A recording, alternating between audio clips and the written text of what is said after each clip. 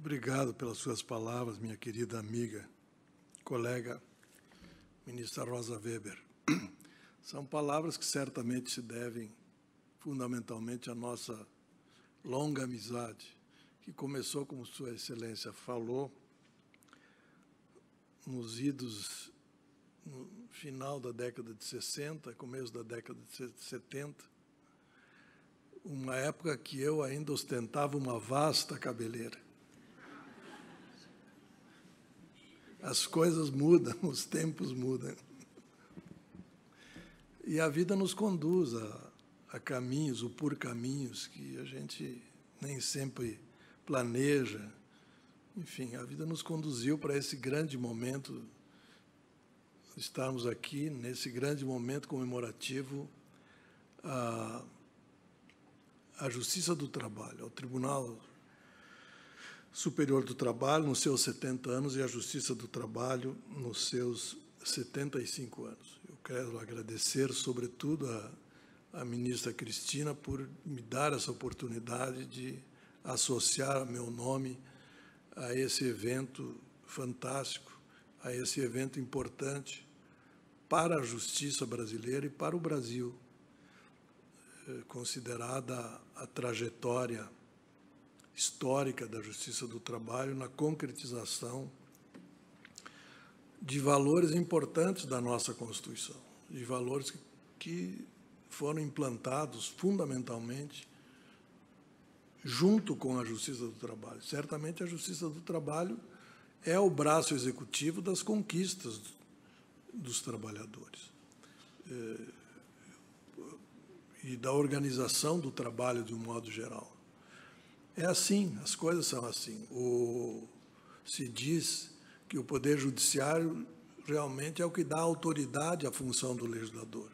Não adiantaria de nada nós termos assegurado um sistema normativo de proteção ao trabalhador e ao trabalho de um modo geral, se nós não tivéssemos por trás disso a autoridade do Poder Judiciário fazendo com que isso se concretizasse. Claro que as normas mudam, a realidade social muda e, portanto, também o direito e a justiça têm que mudar. Isso faz parte. E é importante que assim seja.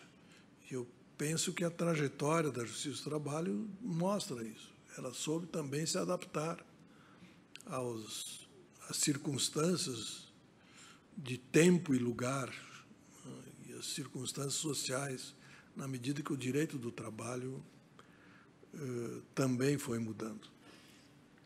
Eu gostaria de fazer uma saudação ao presidente Ives e a todos os demais ministros e a todos os participantes desse evento, mostrar a alegria enorme de estar aqui. E o meu tema, como falou a ministra Rosa, é sobre princípios do processo. Eu sempre que falo em princípios de um modo geral, eu não consigo deixar de fazer aquilo que eu chamo de alerta Eros Grau. O ministro Eros Grau, antes de ser ministro do Supremo, ele foi, e ainda é, mas já era um grande doutrinador, um grande pensador do direito. E ele tinha um livro, tem um livro, que se chamava Ensaio e Discurso sobre a Interpretação e Aplicação do Direito. Esse livro foi escrito antes dele ser ministro do Supremo. Quando ele saiu do Supremo e foi preparar a segunda edição, a sexta edição desse livro, ele mudou o título do livro. E, a partir da sexta edição, esse livro passou a se chamar Por que Tenham Medo dos Juízes? Entre parênteses, a interpretação e aplicação do direito e os princípios. Fecha parênteses. Então, esse passou a ser o título do livro a partir da sexta edição. E, na introdução dessa sexta edição, ele justifica, ele diz por quê. Ele diz assim: começava a trabalhar sobre o que haveria de ser a sexta edição quando me dei conta que deveria reescrevê-lo. A uma, porque a experiência que durante 6 anos vivi como juiz do Supremo fora extremamente significativa, enquanto prática de interpretação e aplicação do direito.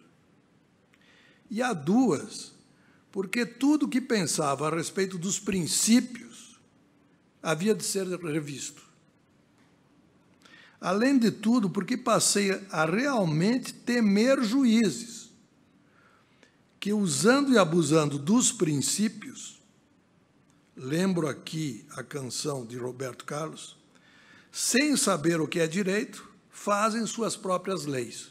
Fecha aspas. Em outras palavras, o que o ministro Eros se deu conta, e depois ele explana isso nessa 6ª edição da sua obra, é que os princípios, quando mal manejados, eles permitem que, sem saber o que é direito, seja possível fazer as suas próprias leis. É claro que ele não, de modo algum, menosprezava a função dos princípios no sistema. Pelo contrário, o que o ministro Eros criticava, e como um analista do direito, é a dificuldade que se tem de dar um sentido coerente aos princípios. E ele mostrou nessa 6ª edição que várias decisões do Supremo Tribunal Federal, está se falando de decisões do Supremo Tribunal Federal, chegavam a conclusões opostas sob o mesmo argumento do idêntico princípio, de um mesmo princípio. Então, isso é importante ter presente quando se fala em princípios. O que são princípios? Essa pergunta é muito difícil de responder. Quem estuda a teoria geral do direito sabe disso. E os grandes doutrinadores sempre tiveram dificuldade de explicar. Os princípios, de alguma forma, eles estão sempre relacionados às próprias normas, ou às próprias regras. Então, regras e princípios, ambas com um conteúdo normativo que ninguém nega, são instituições, vamos chamar assim, necessariamente, umbilicalmente relacionadas. É isso que tem que se ter presente. Por quê? Porque se diz que os princípios são enunciados de condensação de linhas fundamentais de um sistema jurídico. São aqueles grandes enunciados de um sistema jurídico. E eles são identificados de duas maneiras. Ou por enunciação normativa explícita, a Constituição está cheia de princípios enunciados explicitamente, ou por indução a partir do exame sistemático do direito objetivo, ou seja, a partir do exame sistemático das regras. A partir do exame das regras se pode extrair um princípio. E existem princípios que estão explicitados na própria norma, como é a norma constitucional. Por isso que eu digo que princípios, a compreensão do princípio está intimamente relacionada às regras. Essa distinção entre regras e princípios, portanto, é uma distinção importante, embora seja muito difícil de fazer. Porque a função das regras é promover, mediante enunciados de condutas ou procedimentos, o modo como os princípios se concretizam na realidade. Essa é uma das funções das regras. Mais adiante eu vou voltar a esse tema.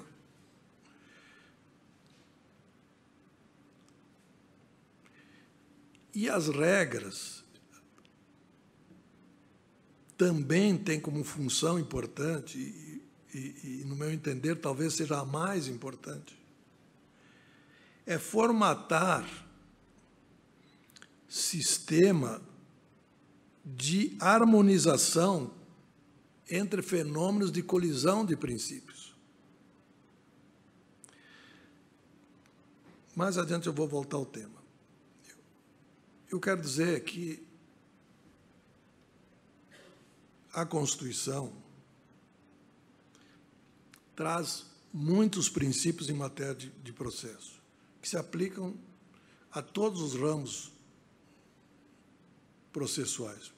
Processo civil, processo penal, processo trabalhista, processo administrativo. Existem grandes princípios estabelecidos na Constituição. Eu vou indicar aqui os mais importantes. Primeiro, o princípio do acesso à justiça e ao monopólio da jurisdição. Está no artigo 5º, inciso 35. A lei não excluirá da apreciação do Poder Judiciário lesão ou ameaça a direito. Esse é o princípio do acesso à justiça, esse é o princípio do monopólio da jurisdição. Esse princípio está no novo Código de Processo Civil, no artigo 3º. Não se excluirá da apreciação jurisdicional lesão ou ameaça a direito. Ameaça ou lesão a direito. É permitida a arbitragem na forma da lei, o Estado promoverá sempre que possível a solução consensual de conflitos, a conciliação, a mediação e outros métodos de solução consensual de conflitos deverão ser estimulados por juízes, advogados, defensores públicos e membros do Ministério Público, inclusive no curso do processo judicial. Isso é o que diz o Código de Processo novo no seu artigo 3º.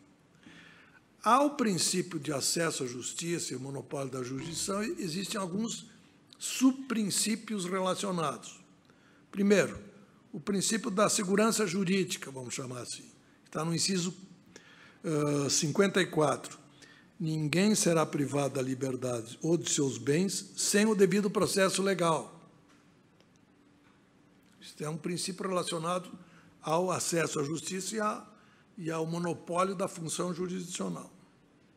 Outro, assistência judiciária aos necessitados, também é um subprincípio relacionado com o princípio do acesso à justiça. O Estado prestará assistência jurídica integral e gratuita aos que comprovarem insuficiência de recursos.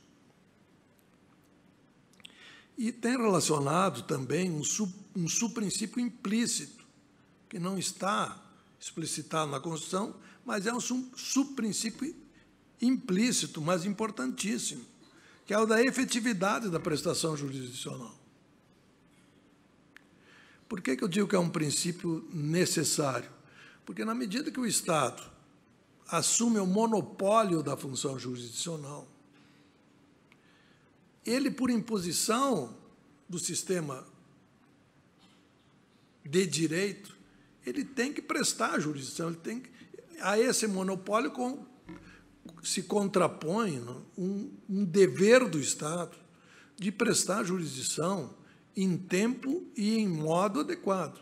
É o que se chama da efetividade da jurisdição, e que dá origem, dá embasamento a muitas normas, inclusive no âmbito da tutela de urgência, como mais adiante farei referência. Um outro grande princípio em matéria de processo que está na Constituição é o princípio da segurança jurídica e do devido processo legal. Está no inciso 54. Ninguém será privado da liberdade de seus bens sem o devido processo legal. Aos litigantes em processo judicial ou administrativo, inciso 55, e aos acusados em geral, são assegurados o contraditório, ampla defesa, com os meios e recursos a ela inerentes. São grandes princípios,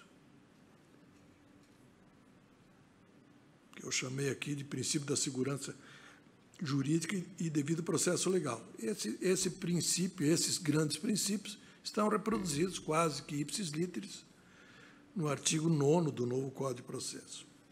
A esse subprincípio esse princípio, grandes princípios da segurança e e do devido processo legal, existem vários subprincípios relacionados. Primeiro, juiz natural. Não haverá juiz ou tribunal de exceção, inciso 37. Legitimidade dos meios de prova. São inadmissíveis no processo as provas obtidas por meios ilícitos. Publicidade dos atos processuais. Inciso 60. A lei só poderá restringir a publicidade dos atos processuais quando a defesa da intimidade ou o interesse social o exigirem. Artigo 93, 9. Todos os julgamentos dos órgãos do Poder Judiciário serão públicos e fundamentadas todas as decisões, sob penas de nulidade, podendo a lei limitar a presença em determinados atos, às próprias partes, aos seus advogados ou somente a estes, em casos nos quais a preservação do direito à intimidade do interessado no sigilo não prejudica o interesse público à informação. Esses princípios eles estão reproduzidos, de alguma forma, também nessa parte introdutória do novo Código de Processo Civil. Tem um outro subprincípio relacionado ao princípio do devido processo legal, que é a igualdade de tratamento processual, que é decorrência natural do princípio geral da isonomia.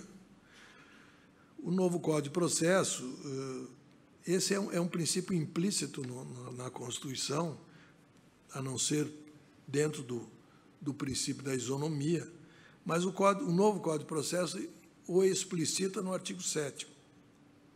É assegurada às partes paridade de tratamento em relação ao exercício de direitos e faculdades processuais, aos meios de defesa, aos ônus, aos deveres e à aplicação de sanções processuais, competindo ao juiz zelar pelo efetivo contraditório.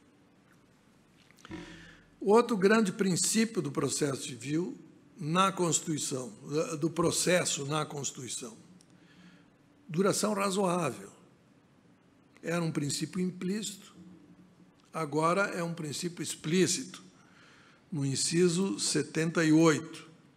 A todos, no âmbito judicial e administrativo, são assegurados a razoável duração do processo e os meios que garantam a celeridade de sua tramitação. Isso está reproduzido no novo Código de Processo, nem poderia deixar de ser, e a esse princípio da duração razoável do processo existem vários subprincípios relacionados. Primeiro, o acesso limitado às instâncias extraordinárias. As instâncias extraordinárias são acessíveis por meio de recursos que não são de ampla devolutividade, nem são recursos de universal causa. Só se acessa o STJ por recurso especial em casos expressamente e taxativamente indicados na Constituição, assim como no Supremo. Se acessa o Supremo Tribunal Federal em casos de também expressamente e exaustivamente indicados na Constituição. No TST, também existe uma limitação de acesso ao TST, não é um acesso universal. Isso tem fundamento também na duração razoável do processo. Todo esse sistema de juizados especiais, por exemplo, é um sistema que busca privilegiar a duração razoável do processo.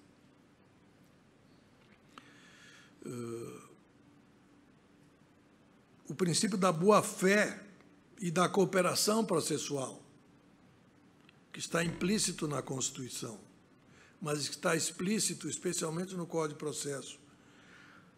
Artigo 5º, aquele que de qualquer forma participa do processo deve comportar-se de acordo com a boa-fé. Isso é importante que tenha sido explicitado no novo Código. E é importante, sobretudo, que nós, juízes, nos demos conta disso. E isso vai mudar muito a cultura do modo como se deve litigar no processo. Todos aqueles que participam, inclusive advogados. Artigo 6º do novo Código. Todos os sujeitos do processo devem cooperar entre si para que se obtenha, em tempo razoável, decisão de mérito justa e efetiva. É importante isso, é importante que isso ganhe as consequências práticas. É importante que os juízes fiquem atentos a isso. O princípio da eficiência do processo, ele está implícito na Constituição. Ele está implícito, mas ele está expresso no artigo 8º do novo Código. Todo o sistema de julgamentos dos tribunais superiores, julgamentos com força expansiva, eu não vou chamar de força vinculante, porque a palavra vinculante, enfim, ela ficou uma palavra que soa não muito agradável a alguns ouvidos. Graças a Deus, cada vez menos ouvidos. Mas houve uma época que era uma palavra, como é que se diria lá no Rio Grande? Esconjurada. Desconjurada. Mas hoje existe todo um sistema de vinculação a precedentes, vamos chamar assim, a dar força expansiva a precedentes, para casos iguais, em matéria em que os fatos são iguais. Obviamente que não se prega a vinculação a precedentes quando há razões de fato diferentes. Mas se as razões de fato são as mesmas, não tem por que não atribuir uma força expansiva a decisões dos tribunais. Isso acontece em todo o mundo. A rigor não precisaria nem haver leis para dizer isso. Porque é uma decorrência natural de alguns princípios da Constituição. Por exemplo, o princípio do tratamento igual perante a lei. Se todos são iguais perante a lei, é o próprio judiciário que tem que patrocinar isso, de dar tratamento igual àqueles que estão na mesma situação. Os juízes têm que fazer isso. O sistema do processo coletivo, que talvez no Brasil devesse ser acentuado mais na sua força expansiva para criar decisões realmente vinculantes. No Brasil, quem estuda processo coletivo percebe que, de alguma forma, nós nos inspiramos no direito norte-americano em matéria de class actions. Mas nós copiamos tudo, menos o principal. Porque nos Estados Unidos da América, uma vez admitida a adequada legitimação do autor de uma ação coletiva, a decisão fará coisa julgada, vinculará a todos os substituídos.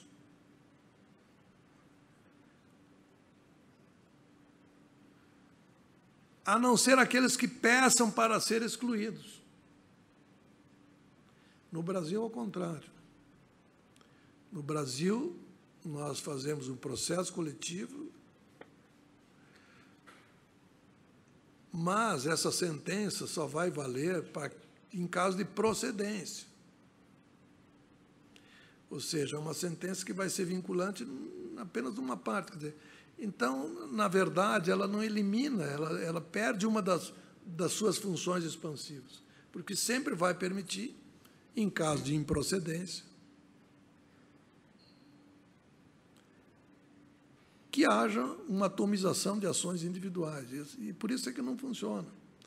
Eu acho que se deveria, talvez, caminhar para uma fórmula que modificasse um pouco isso. Aliás, isso também ocorre. Eu agora tive pouco tempo atrás, tive a oportunidade de visitar a Suprema Corte norte-americana. Isso ocorre também com a nossa repercussão geral. No Brasil, nós fazemos uma tentativa de repercussão geral, justamente para limitar o acesso à Suprema Corte. Nos Estados Unidos, eles recebem em torno de 10 mil petições por ano. Petições para a Suprema Corte se manifestar. Eles se reúnem com assessores, etc., e atualmente eles estão selecionando 60 casos por ano. Os outros são simplesmente desconhecidos, são matérias que a Suprema Corte sequer vai examinar. Aqui no Brasil é ao contrário, nós criamos uma repercussão geral, mas a repercussão geral aqui, ela tem uma presunção de que todos os recursos extraordinários têm repercussão geral, a não ser que 8 ministros do Supremo digam que não. Nós precisamos de 8 votos para dizer que um determinado recurso não tem repercussão geral. Significa dizer que vira e mexe. Nós somos obrigados a examinar todos os recursos extraordinários que vêm para o Supremo, ainda que seja para dizer essa matéria não tem repercussão geral. E, claro, das nossas decisões, cravo é agravo. Então, na verdade, é mais uma solução, no meu entender, que, com o tempo, acho que nós vamos ter que criar, maturar, enfim, a ideia de que o acesso às instâncias extraordinárias tem que ser restringido por uma razão prática, é impossível. Não vou aqui fazer chorar as pitangas, como se diz lá na terra da ministra Rosa Weber, mas o Supremo, do jeito que está, não vai sair disso tão cedo. Aliás, o Supremo está numa dificuldade de atacar o seu estoque há quase um século, né? Porque a ideia de criar aquela resolução do Senado para dar força expansiva às suas decisões foi criada em 1934, na Constituição de 34. E a justificativa era essa, dar uma força expansiva às decisões do Supremo em matéria de controle de constitucionalidade para aliviar a sobrecarga do Supremo, 1934.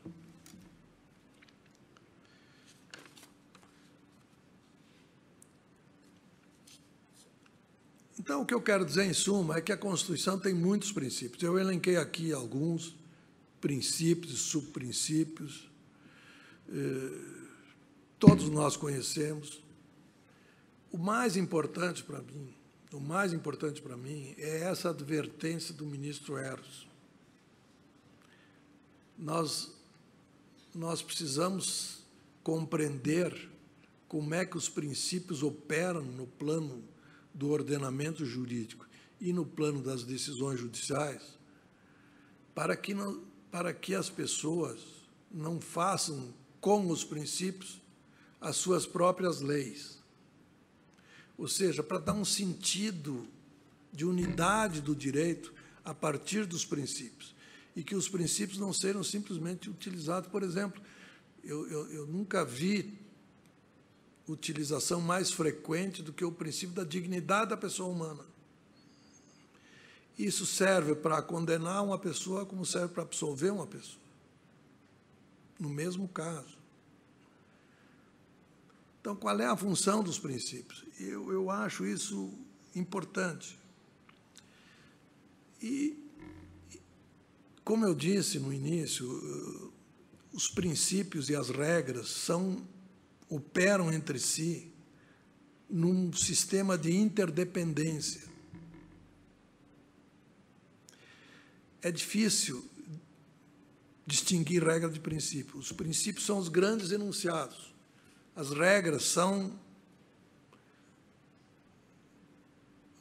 enunciados de conduta mais concretizados, vamos chamar assim.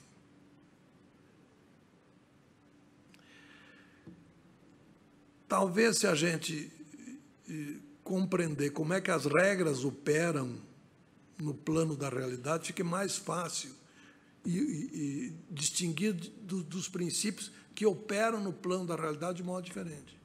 Nós costumamos dizer que uma antinomia entre regras, ela ocorre quando duas regras contêm expressa ou implicitamente comandos diferentes e incompatíveis. Por exemplo, se tem uma regra que diz é proibido trabalhar aos domingos, e outra regra que diz é permitido trabalhar aos domingos, nós temos duas regras concretas, quer dizer, que enunciam condutas bem concretizadas e que são incompatíveis. Isso nós chamamos de antinomia. A antinomia entre regras, ela é identificável no plano normativo e abstrato. Nós não precisamos ter um determinado domingo concretamente verificado para perceber que essas duas regras são incompatíveis no plano abstrato. As antinomias são perceptíveis no plano abstrato, independentemente da incidência da regra num caso concreto. E como é que se resolvem essas antinomias? Antinomia entre regras se resolve, em primeiro lugar, pelo critério hierárquico, sendo regras de diferentes hierarquias, por exemplo, lei e decreto, prevalece a de maior hierarquia. Pelo critério cronológico, segundo critério, sendo regras de mesma hierarquia, a mais nova prevalece sobre a mais antiga. Está na lei de introdução, agora tem outro nome. Lei de introdução ao Código Civil. Esse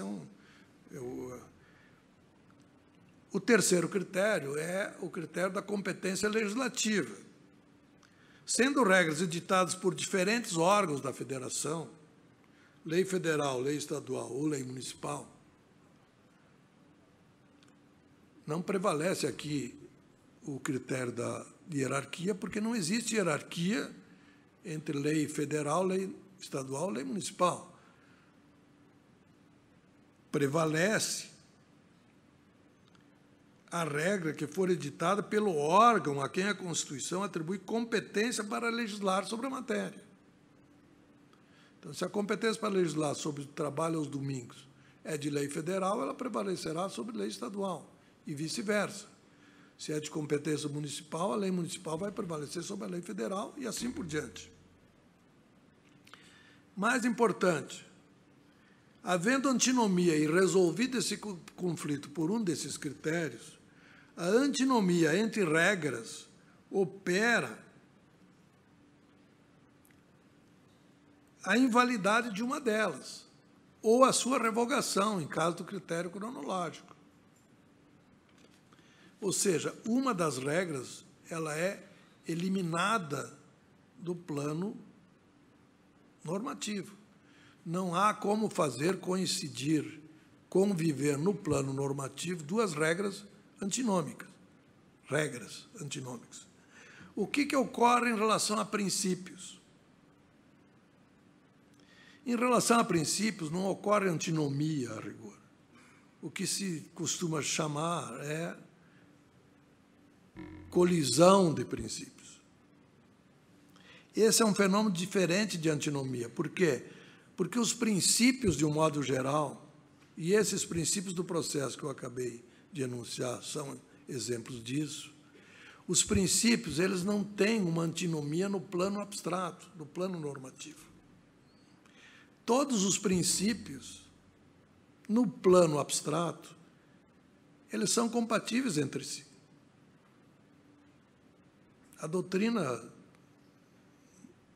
costuma realçar, como exemplo, o princípio da liberdade de expressão com o princípio da privacidade. Eles, no plano normativo e abstrato, eles são perfeitamente compatíveis entre si. A colisão de princípios se opera, ao contrário do que ocorre com as regras, apenas no plano concreto. É em relação a situações concretas que se opera a colisão de princípios. Ou seja, aquela situação em que dois princípios não podem conviver, não podem atuar de um modo integral, concomitantemente. Isso é colisão de princípios. Liberdade de imprensa, direito à privacidade, é um exemplo típico de todos os dias da nossa atuação como juízes. Como é que se resolve? A antinomia de regras se resolve por aqueles critérios que estão previstos na lei. Como é que se resolve essa colisão de princípios? Essa colisão de princípios se resolve mediante a criação de regras de conformação ou concordância prática. E aí nós vamos de novo entrar na questão da relação entre princípio e regra. As regras têm essa função de criar uma harmonização entre princípios em situações em que não se pode fazer conviver simultaneamente de modo integral o enunciado de dois princípios, dois ou mais princípios. A regra tem essa função, e é muito importante que a gente tenha presente isso, porque quando a gente for examinar a constitucionalidade ou a inconstitucionalidade de uma regra, não basta confrontá-la com um determinado princípio. É preciso examiná-la à luz do sistema, à luz de todos os princípios, porque em muitos casos, a regra tem justamente essa função importante de restringir a incidência de um determinado princípio no caso concreto para possibilitar a convivência simultânea de um outro princípio no caso concreto. Porque se tem dois princípios colidentes e é preciso harmonizar para o caso concreto, essa restrição da abrangência de um princípio, ela não vai operar, nem pode operar, a eliminação desse princípio ou de qualquer dos princípios colidentes do plano normativo. A regra, como eu disse, quando há antinomia, ou mesmo quando ela for contra um princípio, ela é eliminada do mundo jurídico. A regra não pode ser antinômica, nem com outra regra, nem com outro princípio. Ela é eliminada. No caso de colisão de princípios, não se elimina, apenas se ajusta a convivência de princípios para o caso concreto. A verdade é que, quando há uma colisão concreta, em situações concretas, não se pode fazer essa harmonização de princípios sem, de alguma forma, restringir um ou outro dos princípios colidentes. Então, nós não podemos estranhar isso. Nós não podemos estranhar que determinadas regras limitem certos princípios. O processo é um campo muito rico nesse ponto. Quando se diz, por exemplo, a Constituição diz que se assegura contraditório e ampla defesa com os meios e recursos inerentes, essa ampla defesa, ela não é ilimitada. Então, vem regras estabelecendo a amplitude dessa defesa. Por exemplo, tem ampla defesa, mas a contestação tem que ser apresentada no prazo de 15 dias. É ampla defesa, mas o número de testemunhas é 3. Tem direito a recurso, mas tem que interpor no prazo de 15 dias, prazo determinado. E assim por diante. Quer dizer, a regra funciona como harmonizador, porque a ampla defesa tem que ser, o direito, o princípio da ampla defesa, ele tem que ser conformado com o princípio da duração razoável do processo. Essa é a função das regras. E nós temos que ter muito cuidado, portanto, ao interpretar as regras, para não, e aqui para usar uma expressão ainda do ministro Eros, para não interpretarmos a Constituição por tiras. Não basta, para examinar a legitimidade de uma regra, confrontá-la apenas com uma tira da Constituição. É preciso confrontá-la com a Constituição no seu todo e compreender a função daquela regra dentro do sistema. Para encerrar essa minha exposição, eu gostaria de dizer o seguinte: essa regra de conformação, no caso de colisão de princípios, de um modo geral, essa regra harmonizadora, ela é criada pelo legislador. O legislador é o locus natural da criação da regra de conformação ou de harmonização entre colisão de princípios em situações concretas. Mas o legislador, como ele legisla para o futuro, ele legisla à base da intuição, ele legisla a partir do que ele imagina de situações concretas que vão ocorrer no futuro. E nem sempre ele consegue legislar para todas as situações. Aí entra o importante papel do juiz. Em determinadas situações, é o juiz que tem que criar essa regra conformadora, essa regra de harmonização ou de convivência prática entre princípios constitucionais, eventualmente colidentes em situação concreta.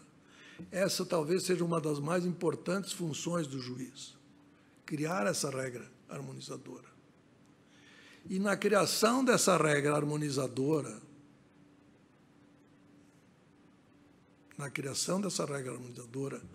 tanto o legislador como o juiz devem observar alguns sobreprincípios, vamos chamar assim.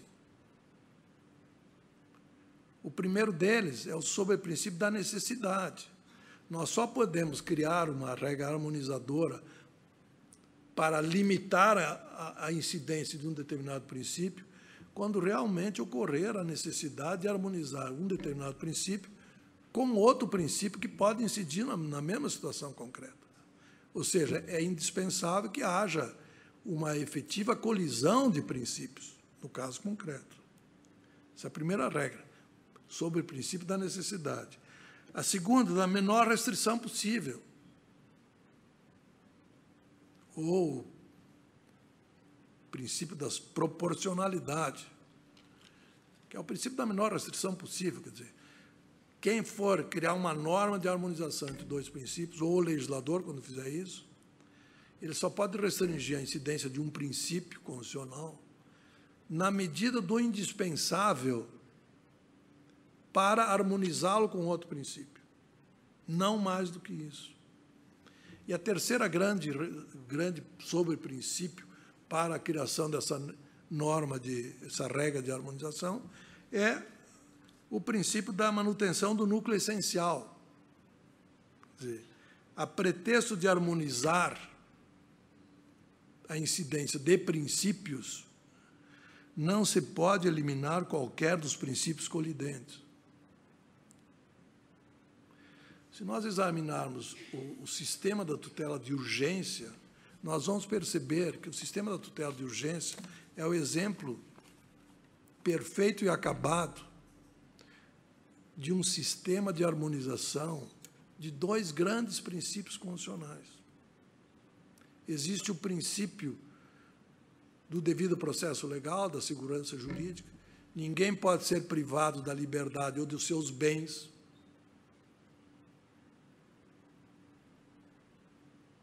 a não ser pelo devido processo legal, e o devido processo legal importa ampla defesa contraditória com meios e recursos. Quem for interpretar esse princípio da segurança jurídica apenas com essa tira, vai perceber como foi tendência no Código de 1973, que não tem como justificar constitucionalmente nenhuma medida liminar. Porque toda medida liminar, de alguma forma, restringe o patrimônio jurídico ou patrimônio material ou patrimônio moral de alguém que se acha titular de um determinado direito. A liminar sempre invade a esfera de direito à lei, sem o devido processo legal, sem contraditórios, sem defesa. Por isso que o Código lá de 73, numa percepção da época, não tinha tutela de urgência. Antecipação da tutela, nem pensar. Existia em alguns casos, lá, a ação possessória, existia na lei do mandado de segurança e tal. Mas isso vai mudando, quer dizer, as pessoas perceberam que, do modo como foi concebido o processo em 73, que era um processo todo voltado para uma técnica importante, não tinha efetividade, em muitos casos. Em muitos casos, para se assegurar a efetividade da jurisdição, que é o outro prato da balança, era indispensável uma espécie de antecipação da tutela. Quer dizer, que, de alguma forma, se amoldasse o direito ao prévio contraditório, prévia defesa e prévio recurso, para, de alguma forma, antecipar uma providência jurisdicional de limitação da situação do demandado. E foi assim que se foi construindo e foi se expandindo as medidas de tutela de urgência, que não se confunde com medida cautelar. Foi assim que foi expandido durante um tempo. E é curioso, porque isso aconteceu na década de 90. Na década de 90 se universalizou a tutela antecipada, se universalizou. Quer dizer, em 73 não tinha nada e ninguém nunca via inconstitucionalidade nisso. Em 90, se universalizou. E aí também a boiada rompeu cercas e foi-se embora. Veio uma outra lei limitando um pouco, especialmente contra a fazenda pública, a famosa lei aquela que restringiu a concessão de liminares para a fazenda pública. Houve várias ações de inconstitucionalidade dizendo que era inconstitucional. Inconstitucional limitar aquilo que nunca teve e que passou a ter universalmente. Uma restrição seria inconstitucional. E o Supremo, na época, deu uma decisão exatamente nessa linha que eu estou aqui defendendo. Me lembro bem do voto do ministro Sepúlveda Pertence. Ele diz: a lei que restringe concessão de liminar, assim como a que permite a concessão de liminar, ela, abstratamente, ela não é constitucional nem inconstitucional.